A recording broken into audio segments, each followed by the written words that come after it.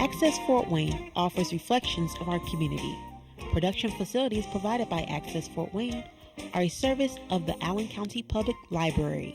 The views and opinions expressed do not necessarily represent those of Access Fort Wayne, the Allen County Public Library, or any other supporting organizations. For more information about creating your own television program with Access Fort Wayne, call 421-1250.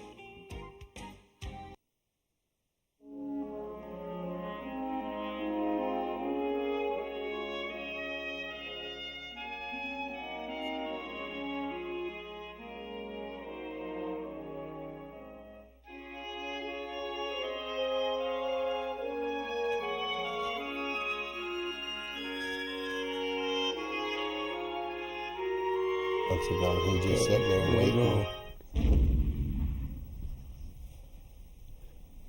Hello, and welcome to our show, The American Veteran. I'm Dale Parrish, your host. Carl Fowler is co-host. And sitting in with us this morning is Tim Davis. He's a Vietnam veteran.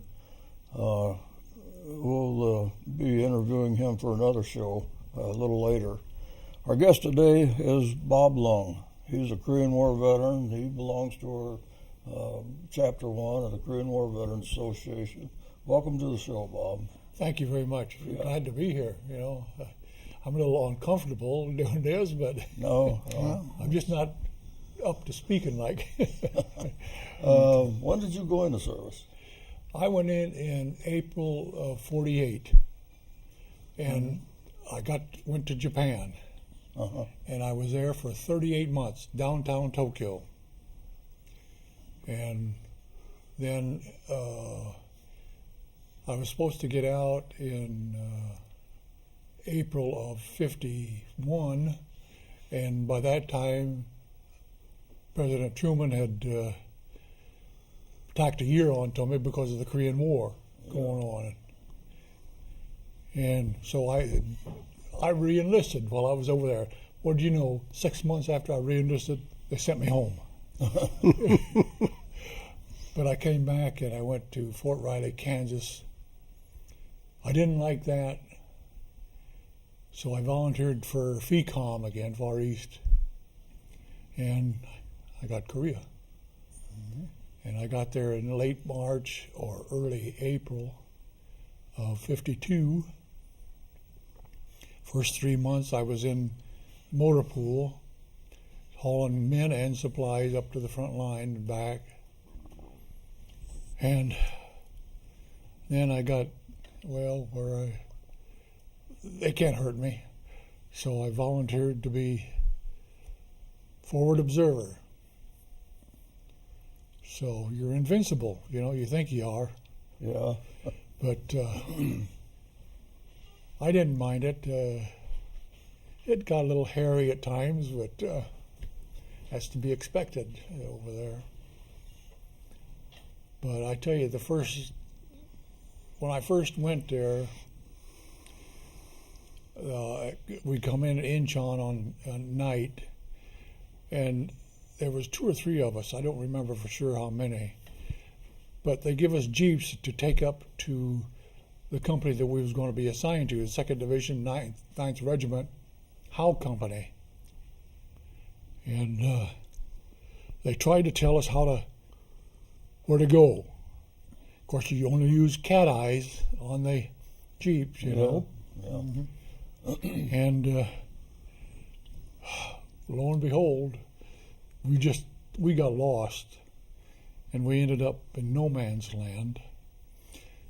Tracers going over your head, scared. Oh, man, I tell you, I was scared. But we turned around and got back out of there and finally found our company where we were supposed to go to. But, boy, hairy moments, I tell you. Yeah, yes. What quite a way to break you in when you're first shot at that. Geez. You was forward observer for, you was in the 2nd Division. Yes, 9th Regiment, yep. Yeah. You was forward observer for what?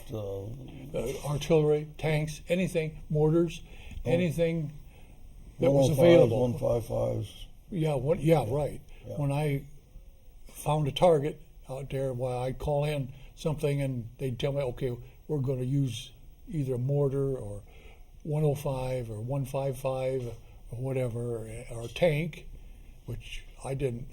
The tanks, as far as I was concerned, wasn't worth a hoot, because when we was on Old Baldy, all they done was draw fire from the enemy, and I didn't care for that. But sure. Anyway, that's beside the point. But we'd haul supplies, men up to the front line and back. While I was in 3 months, I was in the mortar pool. I remember one night we had to take some men and supplies up this mountain, and the drop-off was on the right-hand side. You didn't want to get over there. Black, oh, it was dark. Oh, you couldn't see nothing.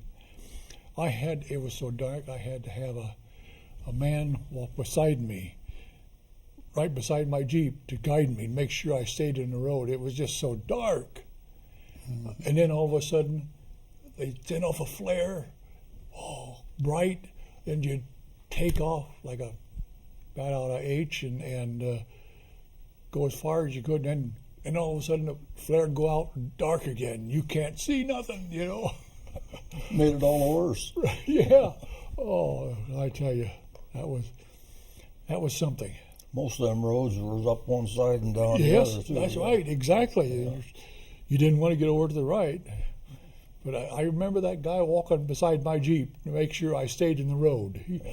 Because I couldn't see nothing. Just black, you know. Oh, good old days. Yeah. And I transferred out to the Forward Observer and on Old Baldy. Why, there was a tank right out in front of us, our position, and all he done was draw fire because the enemy sent a round into our roof of our bunker. Thank goodness it didn't explode. It was a dud. Yeah. Thank goodness, you know. Yeah, sure. But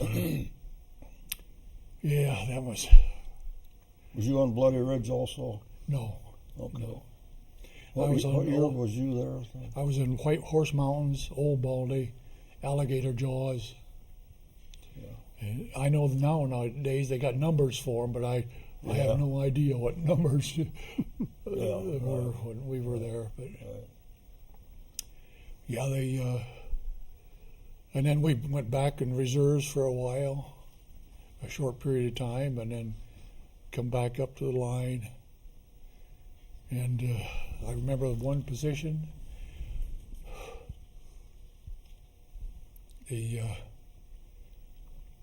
There was a Chinese artillery zeroing in on us, and I was trying to get a fix on him, and because he kept, we was on top of the mountain, natural our hill, big hill, and he kept walking. That artillery kept coming up higher and higher. But while he was doing that, I was watching for him, and whenever there was a ring of smoke come out of the trees way yonder, I'd run back to my bunker where I had more protection. But he done that several times, and I was getting a bead on him. Well, then he stopped. So They was good at firing maybe 12, 15 rounds and then nothing. yeah, Yeah. Probably move then, don't they? Yeah, because like you said, somebody would zero in on them. yeah. They Yeah. either get hit Yeah, or you they could see know. them that. off. You could see that puff of smoke come out of a ring and that bank of trees way over yonder, and well, I knew there was a round coming. Yeah. But They was good at using caves too. yeah. And my last day there, I had a guy I was trying to teach how to zero in on certain locations, and there was a Chink machine gun going after us, and I could hear them bees going over my head, and he just couldn't get it zeroed in. He wanted to know if I could take over, and I said, well, yeah. So I knew where he was, and first shot, 105, it was about 50 yards off. Second shot, it took him out. No more bees. Thank goodness. Thank goodness they was above my head, you know. But oh, I tell you. How was it in the wintertime? Were you there during the winter? Yes, I months? was. But being a forward observer, and our lines were pretty stable at that time. You know, sure they'd hit us and knock us off a hill, then we had to go back and take it back again. You know, but I was in a bunker most of the time. You know, so I know you didn't have any heat, but you know I kind of got used to it being in a bunker there. At least you wasn't out in the wind, right? Yeah, right. Exactly. Exactly. You could I can remember this one colonel, our battalion commander, come up there one day observing where I was doing what I was doing, and he liked what my bunker all right. He got ready to leave, and he looked at me and said, "You didn't shave today, did you, Lung?" I said, "No, sir," and he left. That's all he said. That's the only thing you could find wrong. Yeah, I tell you. At least he didn't pull out his white gloves. Been able to stay in contact with anybody you served with? No, not really. I didn't. I guess I'm mainly a loner out there, a forward observer. Sure, I knew a few guys, but I don't know where they went or anything, you know. And Benji rotated so much, why, you really didn't get in close contact. Not like I did when I was in Japan, so. Yeah. Oh. And what year was you there? March of 52 to March of 53. Okay. Yeah. And, I just got there in January of 53, and like you said, things were stable. Yeah, pretty stable, yeah. Yeah. Yeah, they, We only moved one time, and that's when the Chinese was breaking through somewhere, and we had to move over and up. Yeah. hope you don't mind if I blow my nose. No. How many guys were in your unit in that bunker that ran the guns and stuff? Oh, golly. I really don't know. Like I say, I was by myself up there being a forward. Now, in the motor pool, there was, there must have been 8 or 10 of us in the motor pool. But when I went to forward observer, there was just me out there by myself and a telephone, you know. And a map. More like And a, maps, yep, to more like a pinpoint scout? everything. More like a scout? Huh? More like a scout? Well, I guess you could call it that, but I didn't go out really. I stayed right there. Fixed position, so you knew where you was at on the map. So you could, right. You could And then I could call them in on the grid. Yeah, exactly. Sure. Yep. So, yeah, our colonel, our battalion commander, everybody loved our battalion commander. He was a full colonel, but to my left, 300 or 400 yards, the Chinks hit that pretty hard and almost overrun it. They were hand-to-hand combat. And you know, our battalion commander, Colonel, he was right there. And he was fighting just like a common soldier, you know. I mean, everybody respected him for that, you know. Sure. Yeah, so, yep, so that's pretty well my experiences in good old Korea. Yeah. Have you been back for a revisit yet? No, I thought about it, but then again I said I'm not sure I want to go back. Yeah. So I would, but I don't think I'd want that 16-hour ride or whatever it is to get there. Yeah. So, but I don't regret a bit of it. No. I don't regret a bit of it. No. Because I love my country, and that's all there is to it. You know. That's right. So how much total time did you have in the service? You went in at 48, Yeah. and you And got in out in 53. Oh. Or 54, I'm sorry, 54. You got out in 54. So I was in 6 years and 8 days. Okay. Yeah. So, and they stationed me at, well, first off, when I first came back from Korea, we went down to Camp Atterbury to reassign. And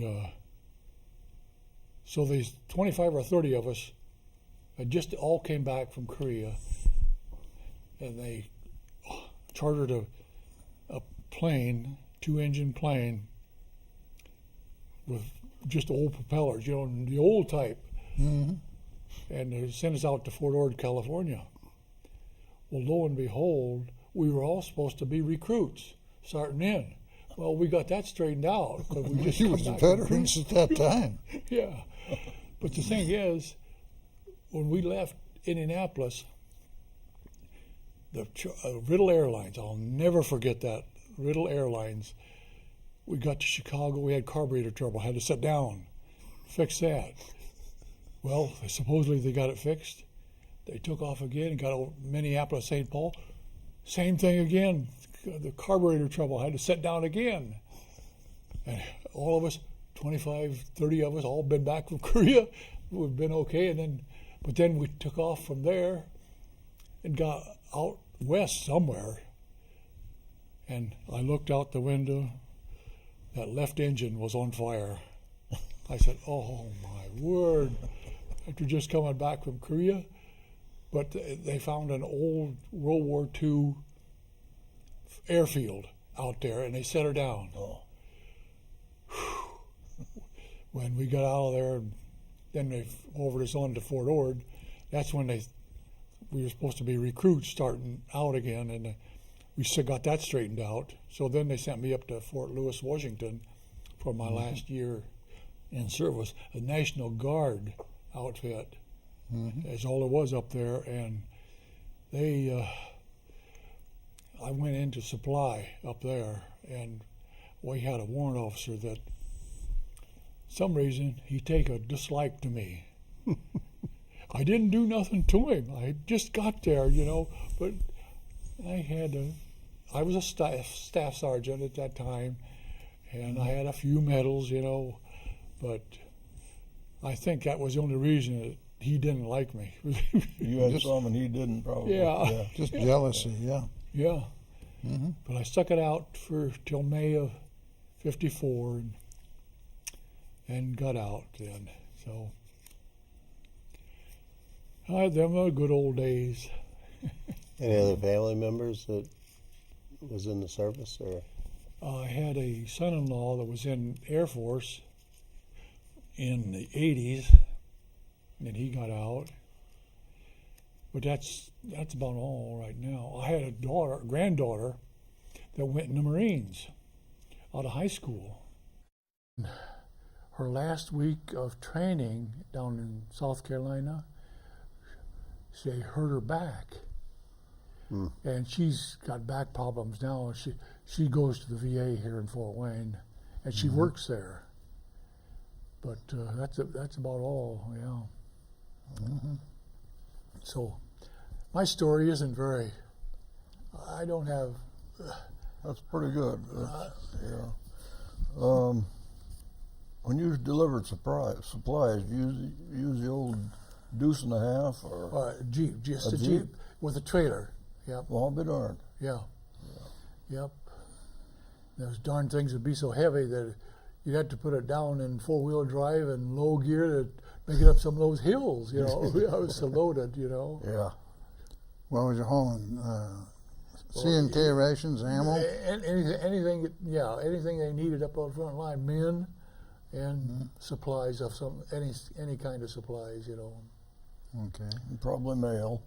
Probably, yeah. I'm not sure, Yeah. but it was, yeah. When you went over and came back, in both ways, was it by ship? When I went over, yes, on the Howe, USS Howe, and I come home on the Walker Okay. from Korea. Okay. The first time I went over on the Altman to Japan, but then they flew me back. And the only reason they flew me back was I had 38 months. I had more points than anybody. The guys sure. in Korea, you know, I thought they'd take them first, you know, but Well, I was you went in early, so yeah, you so had points. they sent me home by plane, and oh well. I'm surprised you was a forward observer. You was all by yourself. Yeah, we were. I'll be darned. Usually there's an officer and yeah, a couple of enlisted men.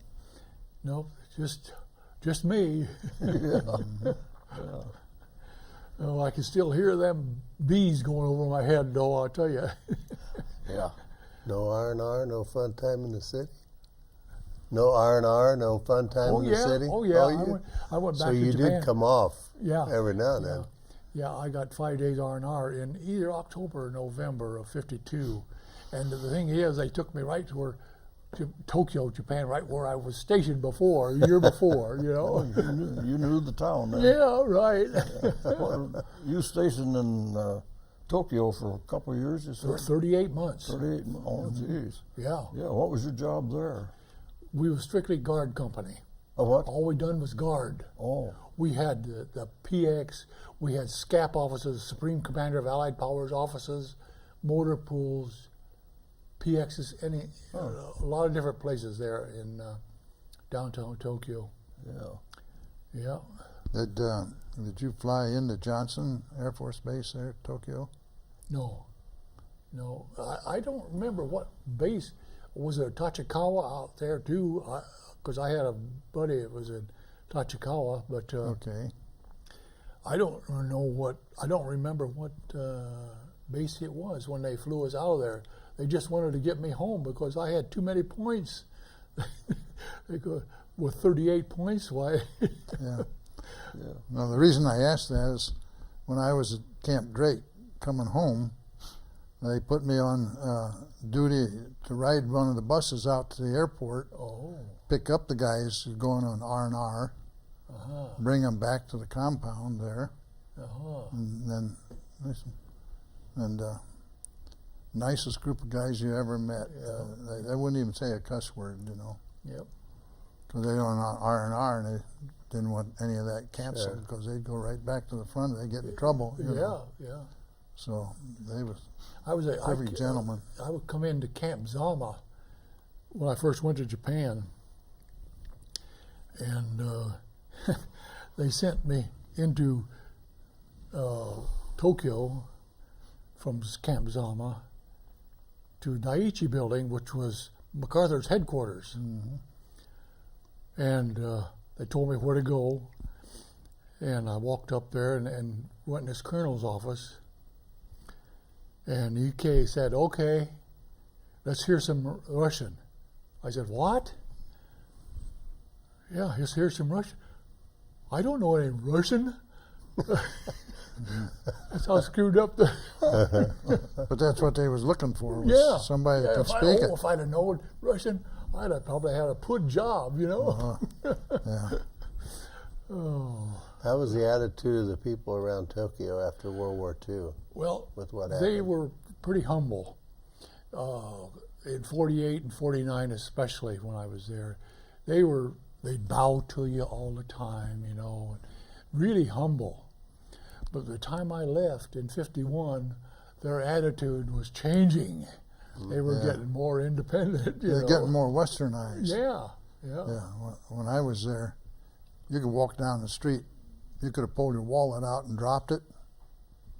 They'd have went and got it and run after you and caught up with you and give it back to you Yeah. without taking a cent. I mean, their police at that time was very sharp. Oh boy, you didn't fool with those police. Yeah, and they was like under the thumb of the police, so they wouldn't do anything that was out of line. That's right, exactly. You're right. Yeah.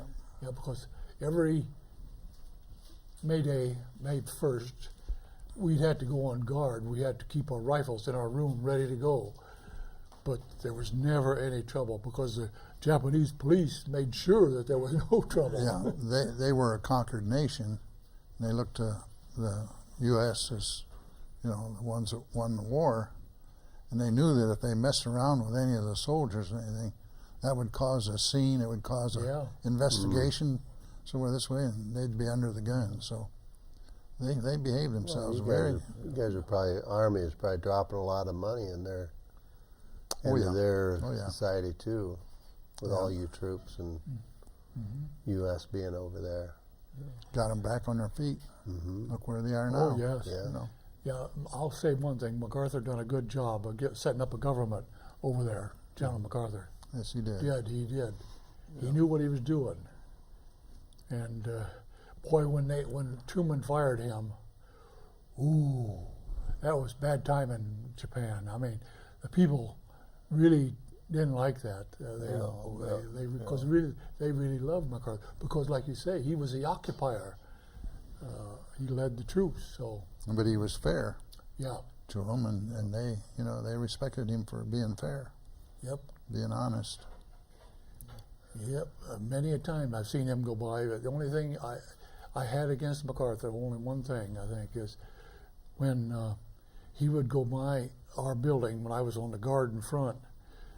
He would go by, and of course you'd stop and salute, He would go by, and the Japanese police would be out there. He'd salute them, but forget you. I didn't like that, but otherwise he was a good general. He knew what he was doing. Yep. I don't know if he would have been right in Korea or not. He wanted to go right into China. Yeah, and I wish they'd let him. Stopped the chinks at the Yellow River. Yeah. They'd have tore China up from one end to the other, and then they'd went in and build them back up like they did Japan. So I don't know if we'd been better off or not. Well, I think MacArthur could have gone into China and probably taken them, but the fear wasn't China, it was Russia. Yeah. Because if you'd have gone into China, you'd have had Russia to deal with too. Yeah. China had been through that civil war with Chiang Kai-shek, Yeah, for the years, nationalists and so forth, and I think they was pretty well crippled. Yeah. At the time we had our P-40s over there, the Chenault and all those, defending them. Yep. I think militarily they were pretty well expended, so could have gone into China and done all right, like I say, but then you'd had the Russians to contend with. Yeah, you're right. And I think that's why. Yeah, it is. Yeah. That's what cost him. Of course, they stirred it up in Korea. Then they went to Vietnam and had that stirred up. Yep. You look back on history and everything, there's always been a battle going on somewhere, some conflict. Oh yes. And I think we're more or less stuck in a rut there that's the way it's going to be. We're not going to see peace. The way it in the looks, world. that's right. Yeah, because as soon as you go in and clean up one area, then it starts up someplace else. Yep. Just what happened in Iraq. All those guys, I think they've sacrificed it for nothing. Yeah, yes. Yes, exactly. Those poor civilians are dying left and right over there now, and We got it there's in no Africa. way we're going back again. We just ruined it. Yeah. The problem is there's so many groups. What do you call them? Rebels or whatever. You don't. Yeah, You don't know what the tribes. what's good and what's bad. It's civil wars, and you have to take sides, and sometimes you have to be careful how you choose. Yeah. Well, gentlemen, we're out of time. Okay. Appreciate you being here, Bob. Well, I'm glad to be Good here story. in a way. I'm not a very good speaker and all that, but did. you know. It was No, interesting. you was through it, and that means a lot to us. Well, thank you for joining us. I hope you enjoyed the show. Remember, if you see a veteran or someone in uniform, just walk up to them and shake their hand and thank them for their service. Thank you, and good night.